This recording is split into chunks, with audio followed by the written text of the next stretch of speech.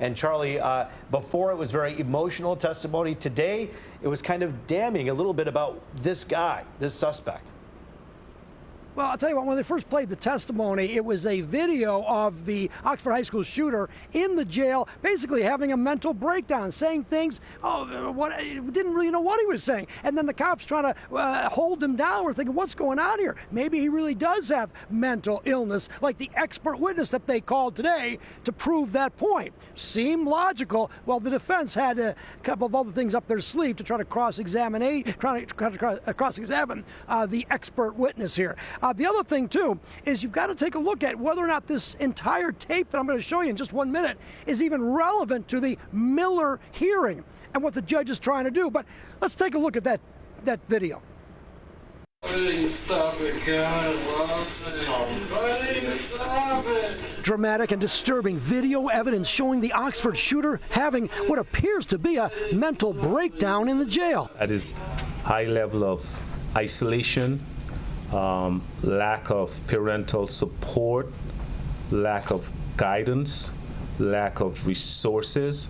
So psychologically and socially, he can be considered a feral child. Dr. King, a mental health expert called by the defense on day 3 of the Miller hearing to say that the Oxford shooter suffered from mental illness before the shooting. He told his parents that he was hearing voices. Why didn't you save her? Why didn't you save her? But stinging cross-examination from prosecutor David Williams called into question Dr. King's opinion. All right, and you'd agree with me that a broken brain is not a Miller factor, right? It's not a Miller factor. He was on the precipice of help. Less than 2 days away. Why did he start shooting instead? Did you ask him that? I did not ask him that question, sir.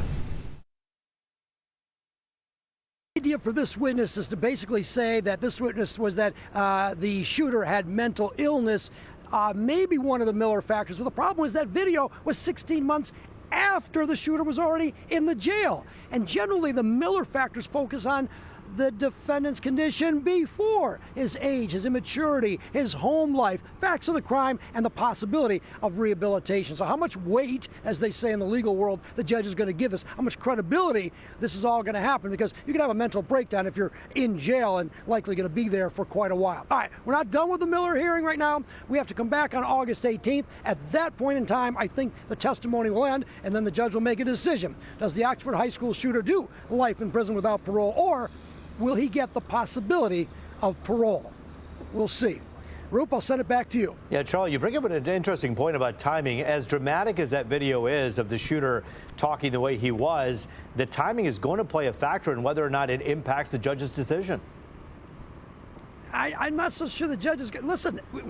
If you go to jail right now, you've never been to jail before, and the shooter never was, and then you realize that something happens, you may not ever get out, but you've been there for 16 months.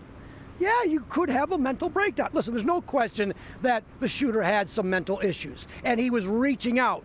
But how much of that will weigh when you compare to what he did, how he planned the crime, how he put toilet paper in his ears before the shooting? That shows a lot of planning, and I think that is really where the judge, certainly the prosecutor, Karen McDonald and her team, that's what they're focusing on. Again, we're not done yet. One more day, we'll find out what happens to the Oxford High School shooter. Yes, some dramatic and gut-wrenching testimony throughout this particular episode here. You've been covering it for us every step of the way. Charlie Langton for us live. Thank you.